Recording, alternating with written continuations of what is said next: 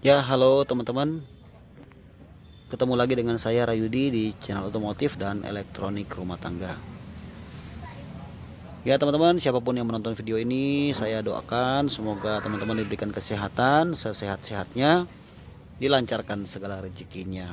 Amin, amin, amin.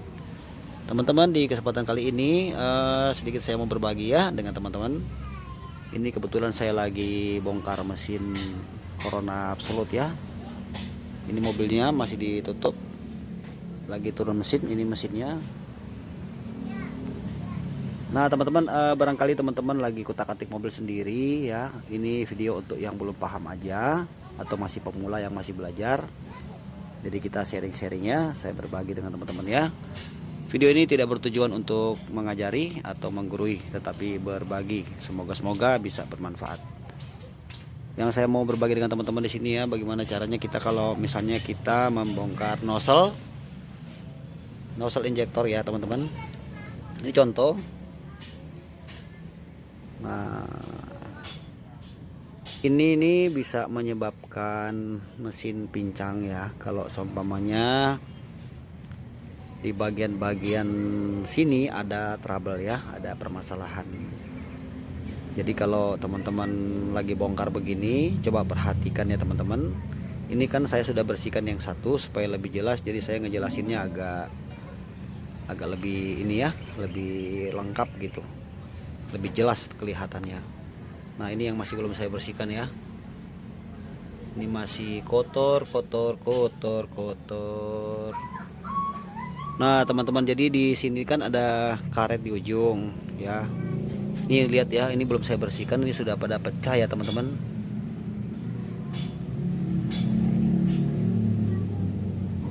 Sudah retak-retak.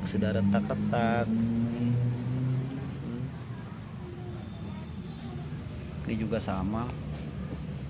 Nah untuk mobil-mobil lama ya, tahun-tahun 90 95 ya teman-teman, kalau teman-teman lagi bongkar gini ya, sebaiknya bagian-bagian yang ada karetnya di sini diganti saja.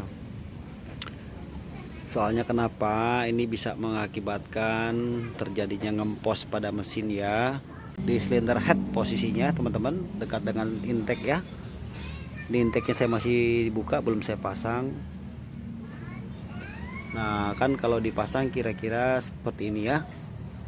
Ya masuk ke sini.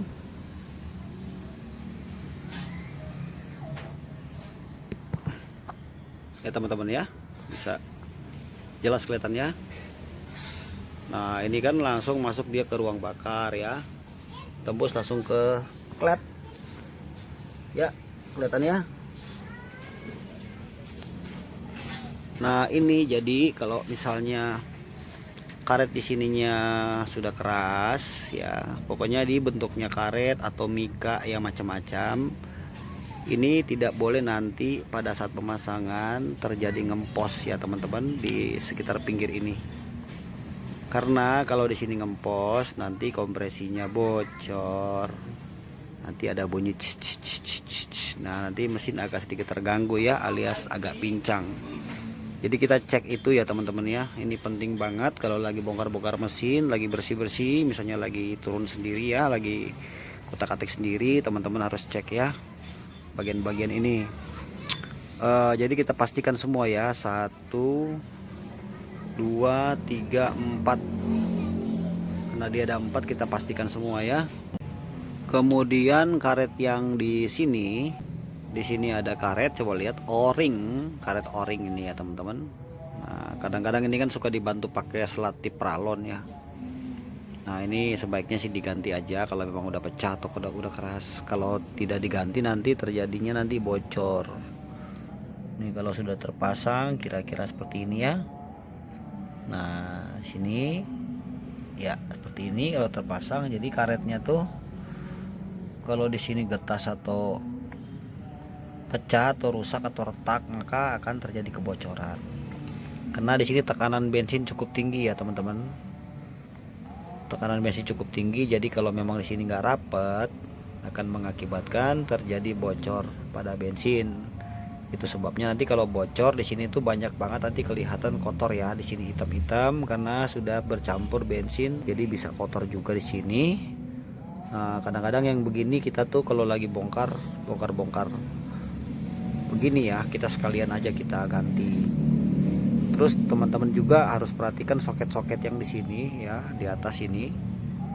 Nah, ini kan listrik ya atau strom DC, karena dia akan bekerja ini pada saat diberikan strom DC dengan cara bergantian ya teman-teman ya. Jadi sesuai timing, sesuai top 1342. Jadi kalau terjadi pembakaran di nomor 1, maka nomor 1 akan memercikan bensin, kemudian pindah ke nomor 3 dan 4 dan 2. Jadi sesuai timing 1342. Nah, biasanya kan di sini soketnya tuh suka retak ya. Ini kan ada soket pasangan di sini ya. Kadang suka retak soketnya pada saat kita membuka. Terlebih di mobil-mobil yang sudah tahunnya pemakaian sudah lama ya, lebih dari 10 tahun, maka di sini suka retak-retak. Nah, pastikan kabel-kabel yang di sini itu kabel DC plus min itu jangan sampai kendor, harus terjepit dengan rapat ya teman-teman. Kalau ada kecurigaan di sini tidak rapat bagian kelistrikannya di sini, harus kita perbaiki ya teman-teman. Bisa mengganti soket yang baru, terminal kabel yang baru, atau membeli soket yang baru, ada yang jual ya teman-teman. Kalau kendor ini nanti permasalahannya itu terganggu ya, ini tidak bisa bekerja nanti karena ini membutuhkan arus listrik kan, nanti tidak bisa terbuka valve-nya dengan baik. Jadi cek bagian itu juga ya, itu bagian-bagian penting. Ini kalau misalnya kita lagi bongkar mesin, kita nggak ngecek benar-benar ya, nggak rapi gitu, nanti takutnya pada saat mesin kita naikin, kita hidupkan, ada kendala-kendala ya, terutama di bagian suplai bahan bakar teman-teman. Ya sekalian kalau memang di sini ini ya teman-teman, lagi bongkar silinder head misalnya gitu ya, jangan lupa juga klep-klepnya kita skir ya, karena kalau enggak nanti terjadi bocor ya. Ini lubang-lubang intake ini harus kita bersihkan juga, jadi klep minyak jangan sampai nanti ada bocor-bocor ya.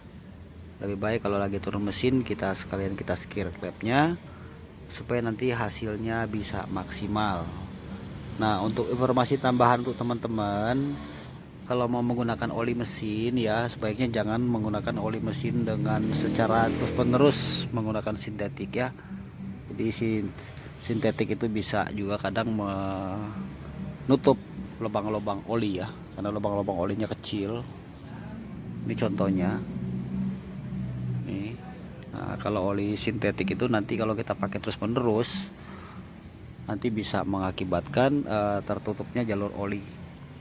Karena saya pernah waktu itu ya teman-teman lagi bongkar Grand Extra, kijang Grand Extra, itu baut silinder head aja udah sampai nggak kelihatan ya teman-teman. Ini kan bautnya masih kelihatan nih. Nah, kalau itu udah nggak kelihatan karena ketutup dengan kerak ya, kerak karena oli terlalu sintetik teman-teman. Jadi teman-teman bisa menggunakan oli jenis lain ya, yang tidak kadar sintetiknya tidak terlalu tinggi, diseling-selang-seling aja supaya mesin kita tetap aman. Kemudian kita juga sekalian bersihin ya, kita semprot-semprot di sini, sekalian kita beri arus DC di sini. Nah teman-teman bisa lihat di channel YouTube yang lain cara membersihkan nozzle injektor ya teman-teman ya, cara di channel lain cara membersihkan. Jadi kita sekalian ya, sekalian kita bongkar gini, sekalian kita bersihkan, kita semprot-semprotin, bisa pakai media tabung suntik juga bisa ya, yang penting nanti dikasih strom ya teman-teman ya. Nah setiap mobil itu macam-macam ya teman-teman ya, ada yang stromnya memang bisa digunakan langsung 12 volt, ada juga yang voltasenya lebih kecil, jadi kita harus tahu sesuai ukurannya teman-teman ya, jangan nanti kita hajar pakai voltase yang besar, tahu-tahu nanti takutnya di sini terjadi putus. Karena dalam sini ada semacam klep ya, kalau kita nyambung nanti klepnya bunyi cetak cetak cetak cetak, maka dia buka, artinya bensin saatnya mengalir. Gitu ya teman-teman ya. Jadi buat teman-teman yang lagi mengerjakan mesin mobil, semoga mobilnya cepat selesai, semoga bisa kembali mobilnya digunakan lagi ya teman-teman ya. Dan mungkin ini aja yang bisa saya sharing di kesempatan kali ini teman-teman. Semoga video pendek ini bisa memberi manfaat ya. Lebih dan kurang mohon maaf apabila ada kekurangan dalam penjelasan ini. Intinya kita sambil berbagi aja teman-teman ya. Kebetulan saya lagi turun mesin, jadi sekalian saya berbagi buat teman-teman. Oke, gitu aja teman-teman. Thank you sudah menonton video ini. Salam sukses selalu. Nanti kita jumpa lagi. Jangan lupa tekan tombol subscribe. Thank you, bye.